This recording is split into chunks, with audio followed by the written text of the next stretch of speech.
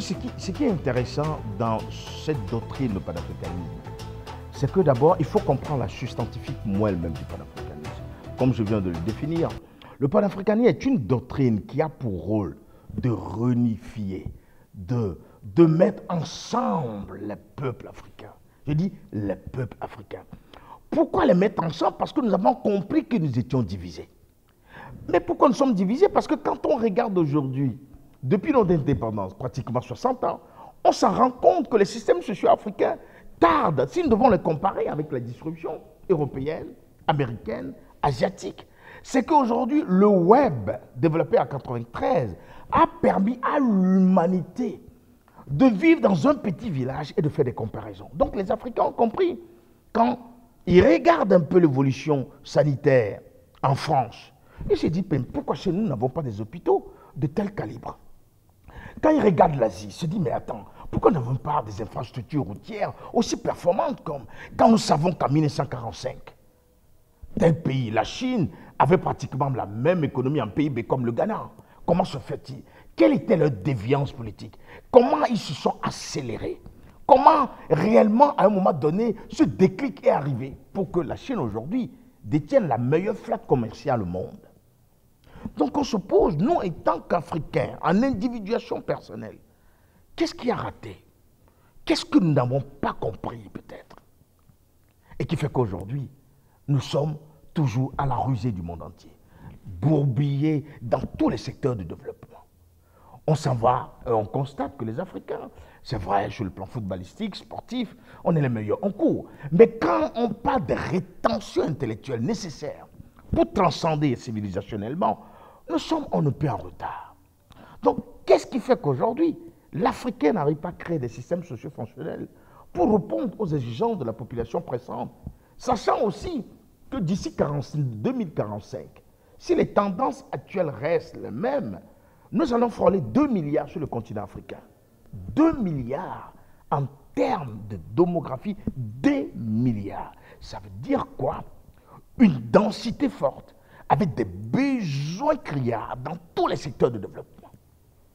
Si aujourd'hui, nous avons encore des délaissages dans certains pays, ce n'est pas en 2045 que nous allons résoudre cette problématique, parce que la population va gonfler. Le Nigeria sera à la tête pour le temps, puisque c'est le Nigeria qui va connaître plus de démographie dans les années à venir.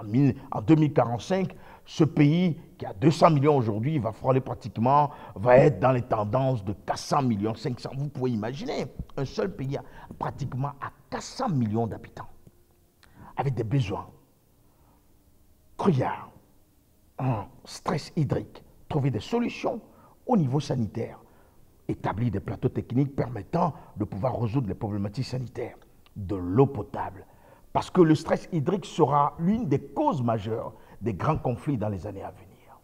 Il y a aussi le niveau d'employabilité qui diminue. Les jeunes ne trouvent plus d'emploi. Les robots, c'est-à-dire des individuations techniques, prennent nos places à longueur de journée. Vous arrivez à Londres aujourd'hui, vous finissez votre course dans un supermarché, vous allez vous en rendre compte qu'en sortant, il n'y a personne à la caisse. C'est une individuation technique qui, justement, solvabilise votre achat avec des systèmes de bancarisation robotisés. Vous payez et vous pouvez sortir. Malheureusement, cette tendance disruptive arrive sur le continent africain. Aujourd'hui, nous avons les GPT-4, GPT-5, Neuralink qui pointe sa tête sur le continent africain. Surtout quand nous prenons les GPT-4, GPT-5, ça veut dire que dans peu de temps, nos architectes n'auront plus de boulot. Parce que les GPT, les algorithmes, sont plus puissants, sont plus linéaires et sont plus rapides que les humains. Même les maçons, qui sont des ouvriers de première classe aujourd'hui, des machines sont sorties pour construire une maison en moins de 24 heures. Il suffit de déposer le plan dans un dispositif algorisé, avec justement une maquette, un bras, un robot, vous mettez les briques à côté, votre maison est construite en moins de 24 heures. Ça veut dire que le lendemain, vous pouvez commencer à dormir dans vos chambres. Ce qui est meilleur qu'un maçon aujourd'hui, qui va peut-être vous prendre tout le temps, tout un mois, avec des difficultés, des irrégularités à gauche, à droite. Donc ça veut dire quoi? Nous allons vers un dépérissement croissant, une perte vertigineuse de l'emploi. et que dans peu de temps, nos jeunes Africains ne trouveront plus d'emploi. D'ici 2030, 2035, 2 emplois sur 3 seront supprimés, seront occupés par des robots. Donc, il se pose un réel souci de redistribution de gains de productivité. Donc, c'est pour cela que le panafricanisme aujourd'hui, si nous devons vraiment l'orienter, pour moi, le panafricanisme serait peut-être de travailler de l'interne entre les Africains, de promouvoir des mutations internes, de doper des capacitations intellectuelles de la jeunesse, afin d'arriver à cette émergence, comme ce que la Chine a connu dans les années 45, et cette grande émulsion de la Silicon Valley par Al Gore en 93 aux États-Unis, qui a permis aux États-Unis de pouvoir détenir justement sa position de leader sur le plan économique militaire. Il nous faut des capacitations. Non pas des jeunes qui sont crétinisés par des réseaux sociaux, qui créent une individuation, chacun fait des scènes et qu'à la fin, vous pouvez constater qu'il n'y a pas de redistribution des gains de productivité. Donc le panafricanisme tel défini aujourd'hui, chacun dans ses déviances, d'autres parfois ont profité des insolvabilités générées par la gouvernance locale pour rentrer et prendre le pouvoir, soit disant que bon, nous aujourd'hui, nous venons et nous luttons contre l'Occident qui nous a crétinisés pendant plusieurs années. Mais nous pouvons remarquer que le monde entier s'occidentalise chaque jour. La manière de manger, c'est toujours cette façon occidentale qui rentre dans nos mœurs. La manière de s'habiller. Très souvent, on dit chez nous, le gars, il est bien habillé quand il vient au bureau avec cravate. Cette manière est déportée sans tasse ni douane. Ça ne vient pas de chez nous. Donc, du coup, il y a des attitudes comportementales qui démontrent que l'Afrique s'occidentalise chaque jour.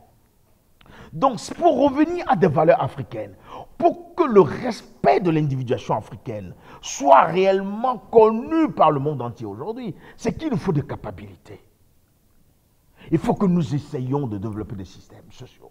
Il faut que nous essayions de développer des grandes entreprises africaines, capables même de vendre des technologies à l'extérieur. C'est de cette façon que l'on peut nous respecter à l'extérieur.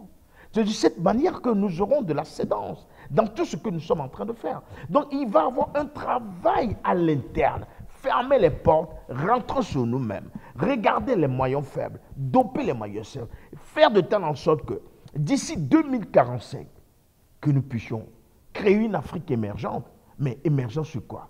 Sur des bases de nos capacités, nos capacitations. Les capacitations africaines sont les seules, je dirais, le salut pour ce continent. Et si nous n'arrivons pas à développer le secteur, et pour le faire même, nous avons besoin de passer par quoi? L'éducation.